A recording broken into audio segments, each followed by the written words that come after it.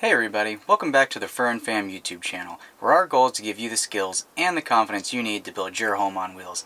I'm Carver, and today we're going to jump into our Tesla battery in our van, and how we configured all the components, what we used, the size wire that we used, basically everything you need to know to run a Tesla battery in your van. Let's jump in.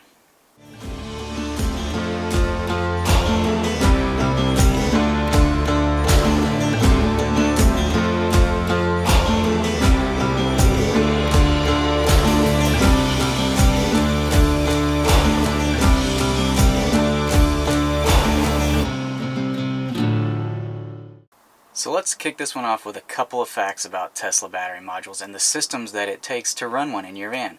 First of all, this is not a cheap electrical system. If you're looking at getting the cheapest possible electrical system for your van, this probably isn't the video for you. If you're more interested in getting a more premium, the most energy-dense electrical system that you could possibly put in your van to power everything you need, including air conditioning and hot water heaters, and basically you're going to have a very high electrical load in your van, then this is the video for you.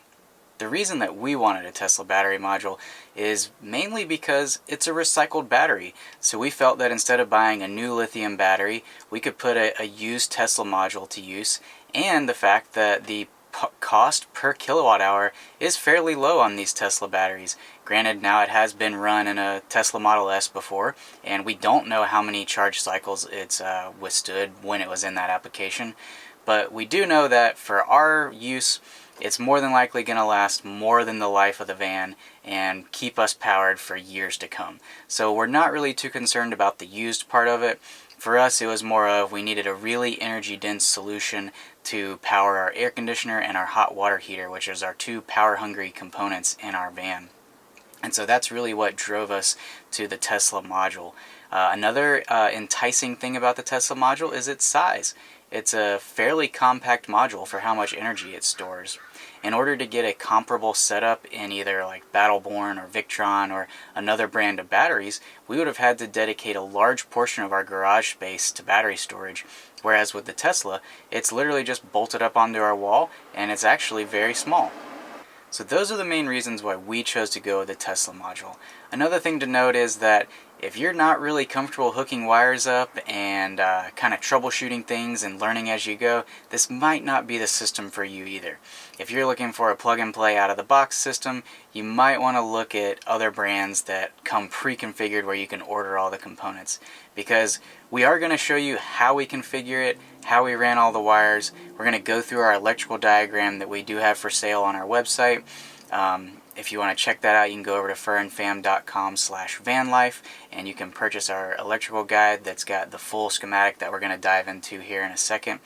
But it's going to get you pretty much everything you need, but you will have to put it all together, and there probably will be some troubleshooting that you have to do along the way to make sure that everything's working the way that you want it to. So if you're like us and you have a little bit of electrical experience and you're wanting to go the Tesla route, this is the video for you. If you want a cheaper system that's just plug and play out of the box, you might want to look other places for maybe a non-lithium system, something that's a little cheaper.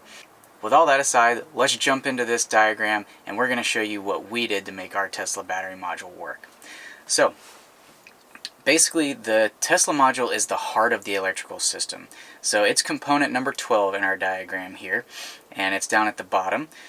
And basically, it's made up of 6 packs of cells that together equal a combined voltage of about 25 volts when it's fully charged and 19.8 volts when it's fully dead, which that's something that you do not want to do to a Tesla battery module.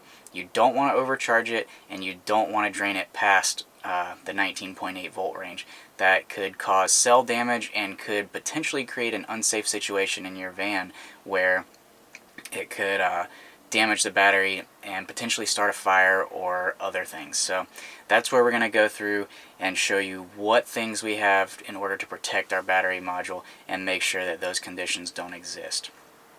So the main heart of our battery monitoring system comes in the form of our Victron 712 Smart Battery Monitor. And now it's number 18 on our component list here.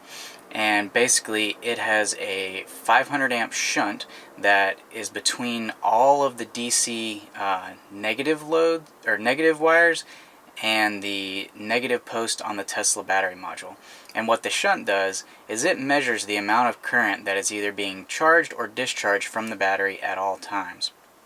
And so that's why all of the negative loads run through it before it goes to the negative post of our battery module. And if you're wondering, on all of our wiring we chose to use 2-aught cable between the shunt and the negative post, and in order to connect the wire you'll need 3/8 or M10 battery lugs. And basically this is just a loop that crimps onto the end of the wire and allows you to connect it with a mechanical fastener. The Tesla battery module has two M10 bolts for the positive and negative terminal, and the shunt has two M10 studs for the negative loads and the battery side to go through it, and it's labeled so you know which one needs to go where. So you can see all the negative loads coming into it, and also there's a data cable that runs from the shunt to the battery monitor. And the battery monitor tells us our state of charge. We have it programmed to show us what the battery capacity is, what percentage we're at, and we're going to jump into that too. Once we get through this diagram, we're going to actually dive in and show you how to configure each component as well. So make sure you stick around for that. So kind of moving past the battery monitor, we'll come back to these two 18 gauge wires that run over to our alternator charging component. We'll come back to that when we get to the alternator charging component. But moving towards our Victron Multiplus, we chose to go with the 3000 watt inverter, and we've got 10 gauge wires running from our shore power connection, which is a ground, a common, and a hot. And then we've also got number 14 here, which is our AC distribution box. It's a breaker panel similar to what you'd find in a residential application. And we've got a ground, a common, and a hot going to it as well. An important thing to note here is that our ground is tied to our van chassis.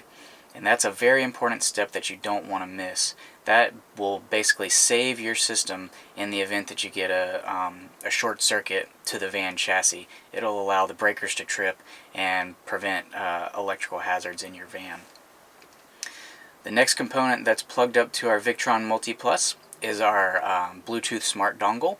That's something that we decided to add later on because we did not put the control unit that we were initially going to put inside of our cabinet.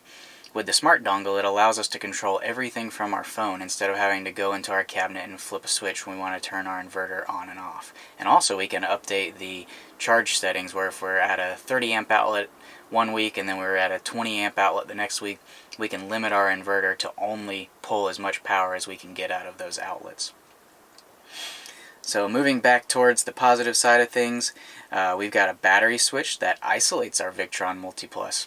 And this allows us to switch off power to all of our AC components.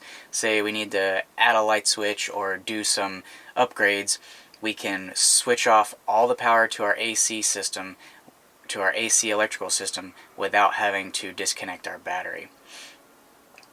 And this is all fed from our main battery switch, where if we really want to disconnect everything at all, we can use our main battery switch here and turn every load off of our Tesla battery module in one swoop. Another thing that we've got in form of protection is before you get to this switch right here, we've got a 225 amp Class T fuse. And keep in mind, there's 2-aught cable running between all of these components because the Victron Multiplus can pull a lot of current, and so we size those in accordance with ABYC standards, and we've got a whole entire video on that. If you want to check it out, we'll put the link to that below on how to size all the wire in your system. So if your loads are a little bit different than ours, that's something you need to keep in mind when using this diagram. Our wires were sized for the loads that we have in our van. So if you've got a lot more electrical components than we do, you may need to upsize some of these wires. So keep in mind, this diagram is just a starting point, and you really need to go through and confirm all of what you're using with it as well. So from our main battery switch, we've got our DC loads, 1, 2, 3, and 4, and these are all the components we use for our DC loads here. Basically, we've got our Battery Protect 220 by Victron, and we've got a 6-gauge wire running to it because of the number of amps that we're going to go through our fuse block and distribute to all of our DC loads. The Battery Protect 220, what it does is it'll shut off the flow of electricity to our DC loads if our battery voltage drops to an unsafe condition. So say our refrigerator's running full blast and it's cloudy outside and we're not bringing in any solar, and our battery slowly drains down over a week or two, the Battery Protect will open up the circuit and prevent our refrigerator from pulling the battery down below that low voltage threshold that we have set. Like I said earlier, we're going to go into the configuration page and show you all those thresholds here in a minute. After our Battery Protect, we've got an 80 amp circuit breaker, and that is in order to protect our 24 volt to 13.8 volt step down converter. And what that does is it basically just takes the power from the Tesla module at 24 volts and it converts it to a constant 13.8 volts in order to run all of our systems. So like our max air fan, our refrigerator, all of our lights, they're all on the 12 volt side, and so that's why we needed that step down converter in order to run those, because they wouldn't run off of a 24 volt system. The other thing to keep in mind too is our refrigerator will run on a 24 volt system, but a Tesla battery module runs in a slightly different voltage range than most other 24 volt battery systems. It actually is a little bit lower than most of those systems, so that's why we didn't want to run our fridge on 24 volts, because down at the lower end on that 19.8, 20 volt range, the refrigerator might not respond well to voltages that are that low. So that's why we chose to run everything off of a step-down converter. And if you'll notice, it's a 24 to 13.8 volt. It's not 24 to 12 volt. And that's because a lot of electrical components, they'll run slightly better when the voltage is a little bit higher, and all 12 volt components are designed to run off of a 12 volt battery, which 12 volts is the lower end of the charge range on a battery. The float voltages on 12 volt batteries are usually in the 13 to 14 volt range when they're fully charged. So the components will pull slightly less current and tend to run a little happier when you run them at that slightly higher voltage. It's basically mimicking a fully charged battery all the time on a 12 volt system in our system. So from there, we go to our Blue Sea system fuse distribution blocks. And basically what that does is we've got a power lead and a ground coming in, and we take our fuse panel and put all of our fuses for our individual loads, and then come out of that with wires to each of the individual circuits. And that's pretty much everything on our DC load side. So moving over to the DC to DC alternator charger, components 5 and 6, we've got a 30 amp circuit breaker, and it took a 1/4 inch lug, and we ran 10 gauge wire due to the fact that it would only be transmitting about 15 amps, and it's a relatively short run. So that's what allowed us to use the smaller gauge wire on this one. The DC to DC charger that we used, it actually takes the 12 volts from our battery when the van is running. We've got an isolator installed that came factory from the dealership of our van, and basically when the van's running and the voltage is above a certain threshold, it clicks that relay on and supplies power to our smart charger. And now if you don't have that relay, the smart charger will act as one, and you can configure it to do that. That's just something that we didn't have to do because we already had that component in our van. And so basically we've got the 12 volts coming from the van alternator, and we've got our ground from the van chassis. And then from there we go into our system with the 10 gauge wire and also a 10 gauge ground that runs back over to our battery shunt. Now, getting into the remote switch leads that you see here, this is an important part of the Orion Smart Charger. It doesn't have a temperature compensation charging amount such that the solar charger that we use and the Victron Multiplus do. So that's why we had to rely on the battery monitor relay in order to turn the Orion Smart Charger on and off. So one thing that you have to be careful of with a Tesla battery module is if you go below freezing and you try to apply a charging voltage to it, you run the risk of damaging your cells in the Tesla battery module. So that's something that we really wanted to avoid. And we did this in two ways. The first way was wiring this remote switch to the relay. And the relay itself is configured in our battery monitor to turn off and on when the temperature drops below 5 degrees Celsius, which is around 40 degrees Fahrenheit, and it clicks back on at 6 degrees Celsius. And so that means that there's no way that our van can charge our Tesla battery module when it's below the temperature range that is a safe charging range. And that's why we did that. So basically you go into the remote switch ports. When you pull your Orion Smart Charger out of the box, there's a little green plug with a jumper wire on it. It's really short. You just undo the screws, remove the jumper wire, and then plug in two 18 gauge leads going over to your 712 smart battery monitor. And there's 3 ports on the back of the battery monitor. There's a common port, there's a normally open port, which would be the NO port, and a normally closed port, which is the NC port. We chose to use the normally closed port so that the Orion Smart Charger stays on all the time unless the temperature condition goes outside of the range that we specified. And it takes energy to open the relay and hold it open, so that's why we wanted the failure mode to allow us to charge it instead of being stuck not being able to charge it if there was a failure.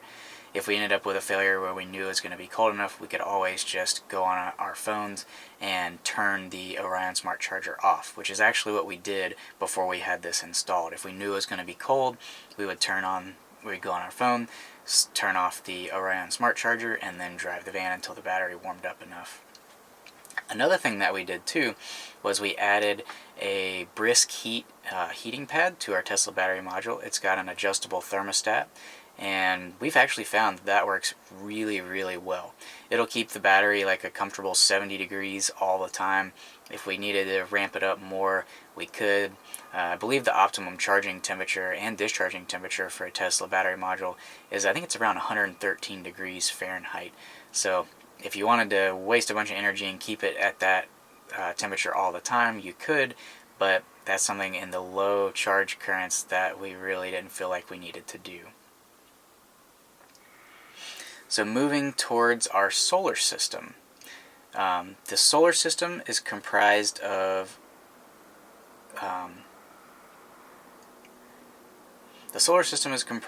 parts number 10, 9, number 7, and number 11. And basically, our 50 amp circuit breaker protects our solar charge controller. It's an MPPT solar charge controller, 150 by 35, from Victron. It's the smart version, which allows us to connect to it via Bluetooth. And coming from our solar panel array, we've got a battery switch that allows us to turn off the solar panels and turn them back on.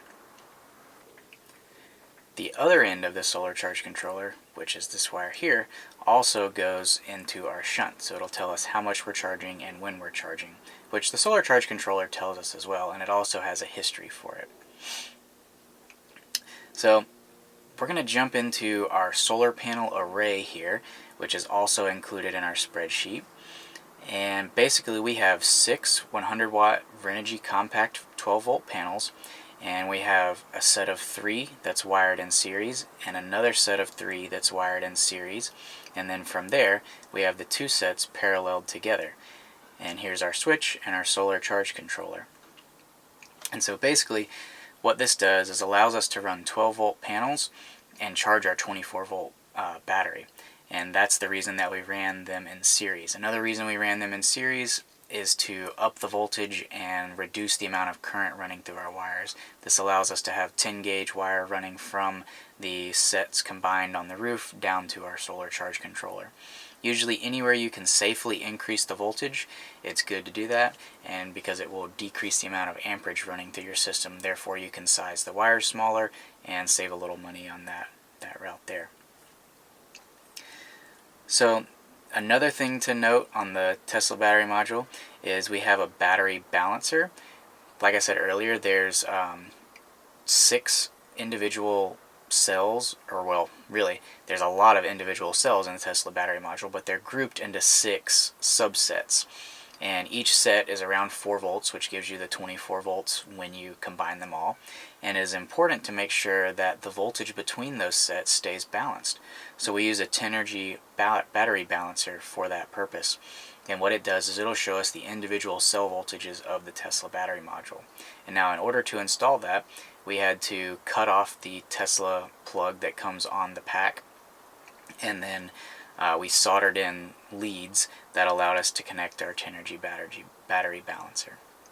Alright, so now that you know how to wire everything up, let's jump into how to configure everything.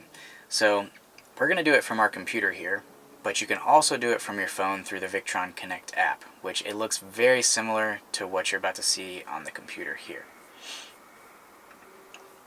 So when you pull up your device list, you can see everything we have here connected. The only thing you don't see is our Orion smart charger, and that's because the van's currently off, so it is off as well. So let's jump into our smart battery monitor here first. So it connects via Bluetooth, it gets our data, it shows, hey, our battery's fully charged, our voltage is 24.4 volts. We haven't set the pin to make sure that no one can get in our stuff. Shows we're using 1.64 amps, about 40 watts. That's because I'm running the lights right now in the van. And it gives us the temperature of our battery and tells us the state of our relay. So the relay is in the open state, which since we're in the normally closed side, it's actually closed and on. So what you can do in order to configure it the way you want is come in here and you set up the battery. You can say, okay, here's our battery capacity. It's 232 amp hours, which this number here, since we're only running at a charge voltage of 24.2 instead of the full 25 volts, we really don't have the full 232 amp hours. But I like to go off the voltage really anyways instead of the percent charge that it tells me. I just use the state of charge for quick estimations on where the battery is. I know pretty much if the voltage is at 23% or 75% done with our battery, because it's between 24 and 20 volts that we're at our full and min capacities. So the discharge floor, you can set it to cut off and stop discharging at 50%, which is what we've done in order to protect our battery.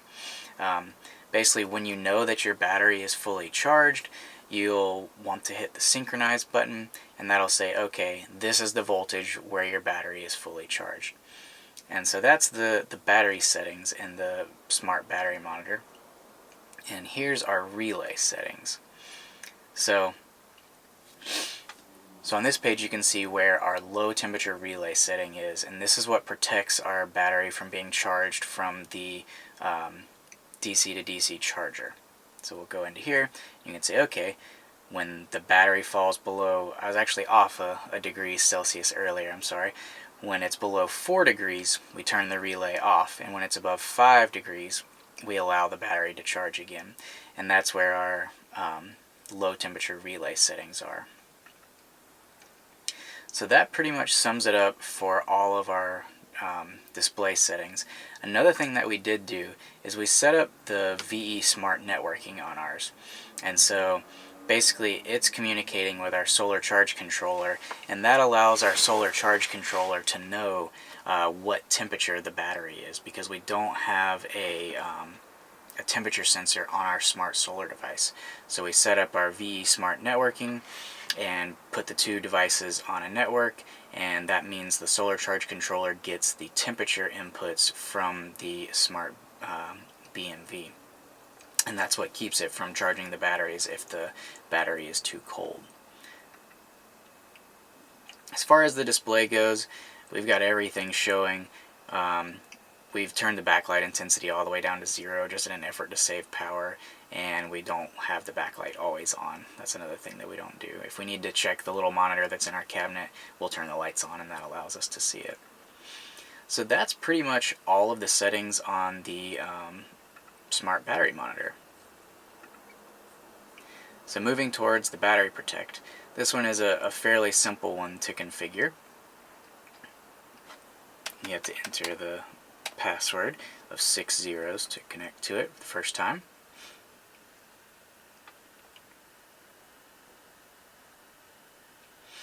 And basically all it's looking at is the voltage of the battery, and it's telling you that the load output state is active, which means your DC loads are active. And so here we have our battery voltage set to 24 volts, our shutdown is set to 20 volts, and our restart is at 20.5 volts. And so basically it will not let the battery go below 20 volts, and it'll let it charge before it gets to 20.5 before it turns it back on. So those are the simple settings on the battery protect. Our smart solar, we'll go into that. This one probably has the most data out of any of the components. It shows you our charge history basically every day for the past month. It also tells you the temperature, the current. Right now we're fully charged, so we're not bringing in any solar even though the sun is outside. I mean, it's bringing in 2 watts. It's just a trickle coming in basically. And so you can see, like, when we took the van to Alabama Hills last weekend, we used a lot of power, so the solar brought in a lot of power on those days. You can see the lifetime total, all the current states, and the temperature of the battery itself. And going into our settings, you can see it's got battery settings. Our voltage is set to 24 volts. We have our absorption voltage set to 24.2, our float voltage at 24, and our equalization voltage at 24. Now we could bump this up and we could charge all the way up to 25 volts, but for us being weekend adventurers right now, we don't really need the extra power, so we're conserving the charge cycles right now and basically only using the middle range of our battery. And another important thing is we have the temperature compensation turned on, and our low temperature cutoff is 5 degrees C. So when the battery monitor, or when the battery monitor tells the smart solar unit that the temperatures of the battery itself is below 5 degrees Celsius, it stops charging it.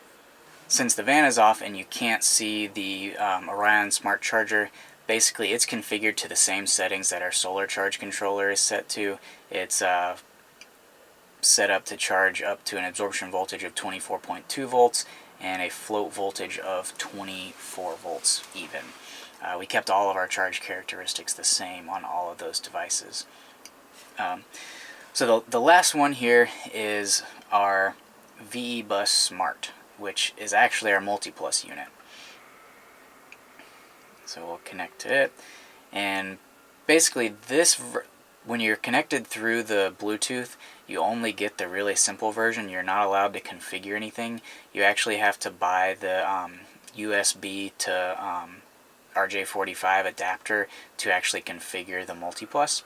And I've taken a screenshot of me configuring the multiplus, and we're going to get into that here in a second. But for right now, we're using 1 watt of AC power right now, and what that is that's just the standby mode on the unit. We don't have any AC devices on, but it pulls about 1 to 2 watts all the time. So that's something, if you don't have to run your inverter all the time, you can switch it off and you'll save a little bit of power that way. But basically the simple version, you can choose the mode. You can say, okay, I want to only let it charge, I only want to let it be an inverter, or I want to turn it off. And then you can set your AC1 input current limit to whatever your needs are. So if you're plugging into a 30 amp connection at a campground, you can set it to 29 amps so it'll never trip the breaker. Or if you're plugging up at a friend's house to a 15 amp wall outlet, you can set it to 10 to 12 amps so you don't have to worry about tripping that breaker. So that's the simple version that's allowed through the Bluetooth. So don't buy the Bluetooth Connect thinking that you're going to be able to configure your whole unit, because you won't be able to. So now let's jump into the Victron Connect version of actually configuring the inverter itself. Alright, so we're hooked up through our USB cable, and we're going to enable our settings. The Victron password is simply 3 Z's. Kind of funny, I guess it's their little joke. 3 lightning bolt shaped characters is their password. So basically, we're going to go into our general settings, leave everything pretty much alone there. Now we're going to go into our charger settings, where we're going to use the same 24.2 volts for our absorption voltage and the same 24 volts for our float voltage. And we're going to leave a lot of the other settings alone here, but turn on the battery safe and the lithium battery setting. That is what will keep our battery from being charged if it is below 5 degrees Celsius. So now moving on to the inverter side of things, we've got our DC input low shutdown at 20 volts and our DC input limit restart at 22 volts. We've also got a pre-alarm that is set at the 22 volts as well. So going on to the AC input control, this is an extra feature that we don't use if you have a generator and you want it to be signaled to start up automatically. You can have the inverter do that once you reach either a certain power threshold, or if you if you need a certain amount of power coming in, you can configure it to set that up automatically. So that pretty much wraps up all of our inverter charger settings. Well, that pretty much sums up everything you need to know in order to put a Tesla battery module in your van. We've gone through how to configure it, how to wire it, what components you need to buy. We hope this video was really helpful and was exactly what you're looking for in order to run a Tesla battery module in your van.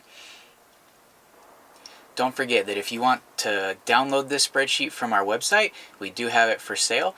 Head on over to www.ferandfam.com/vanlife, and that's where you'll find our electrical spreadsheet and our Tesla battery module guide that will basically show you everything that you saw in the video today.